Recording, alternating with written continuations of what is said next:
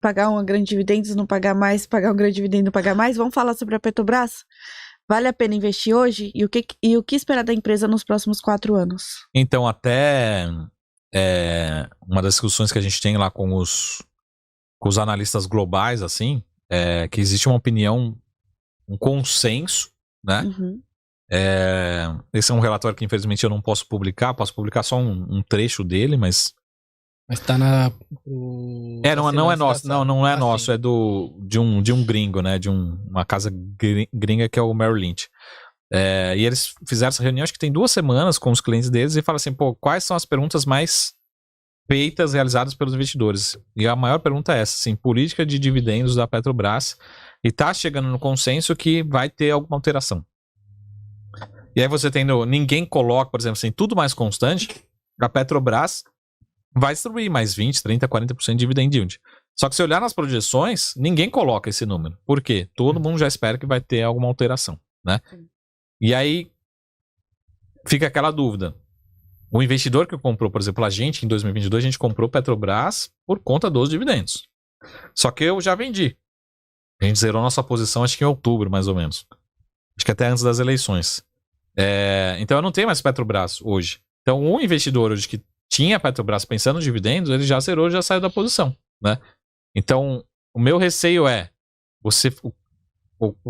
as pessoas vão lá, hoje é muito fácil na internet, né? Você vai lá, olha, o maior dividend yield da Bolsa do Brasil, do mundo, né? Petrobras. Depende do seu preço, né? Daquele yield on cost, né?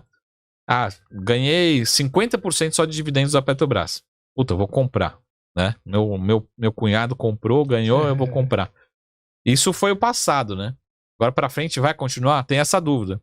Se muda uma política, hoje a política é muito clara de dividendos da Petrobras, se muda essa política, pode ser um retorno bom, ok, mas não vai ser mais esses 20, 30, 40%, né? Verdade. Então, essa preocupação, né? Isso pode ser mudado, alterado relativamente rápido, relativamente simples. Tem algumas alterações que não dependem de assembleia, nada, depende dos executivos se reunirem, né? Talvez política de dividendos não, mas política de preços sim, enfim, tem alguns pontos que pode ser decidido por 5, 6 executivos da companhia. E aí muda completamente as projeções, né? Então essa é a preocupação. Sara Vale, Sara Invest, nossos clientes, a gente não tem Petrobras, hoje, 0, e eu não teria principalmente pensando em dividendos, né? Se eu tivesse hoje, não é que a gente tem uma recomendação de venda, mas se eu tivesse hoje, é para compor uma carteira de ações bem diversificada, e mesmo assim eu teria as outras, que é a que a gente gosta mais, PetroRio, 3R, principalmente, né? Então eu não carregaria a Petrobras pensando em dividendos, né? Chance de decepcionar aqui é grande. É verdade, né? Aí o Ivo me liga aqui e fala, pô, você falou de Petrobras, né? Qual seria a projeção de dividendos que você vê os analistas, gestores, para esse ano e para os próximos? De Petrobras? Isso.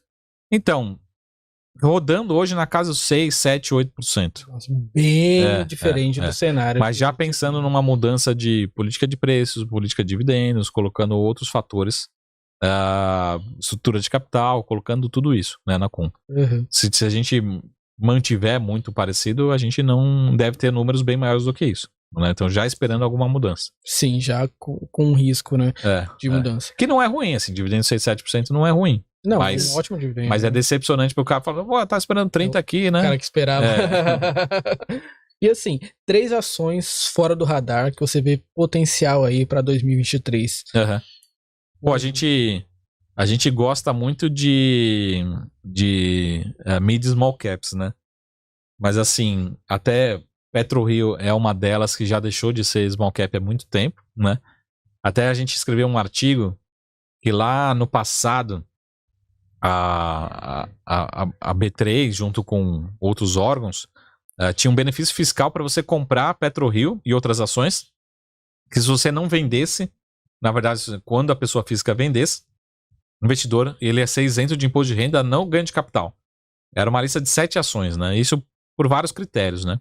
E esse benefício está terminando esse ano. Ele termina em dezembro de 2023. Então, quem tem PetroRio aí, dá uma conferida que você pode ter esse benefício fiscal. Se você comprou recentemente, não, porque todas as empresas, a maioria delas, se desenquadraram desse benefício fiscal, né?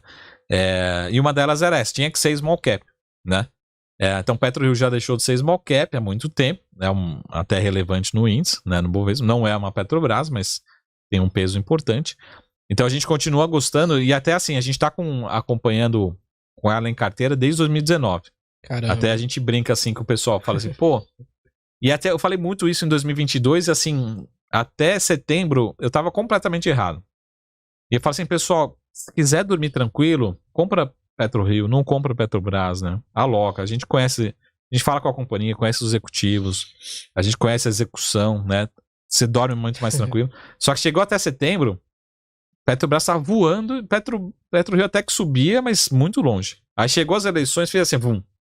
A PetroRio subiu acho que mais de 100% no ano 2022, e a Petrobras subiu bem, mas subiu bem menos, né? Nos últimos 2-3 meses despencou, né? Fala, pô, a tese se mostrou verdadeira, mas eu acertei por 3 meses, né? Uhum. Até ali final do ano eu tava errando. Mas era até um crime você falar mal de Petrobras ano passado.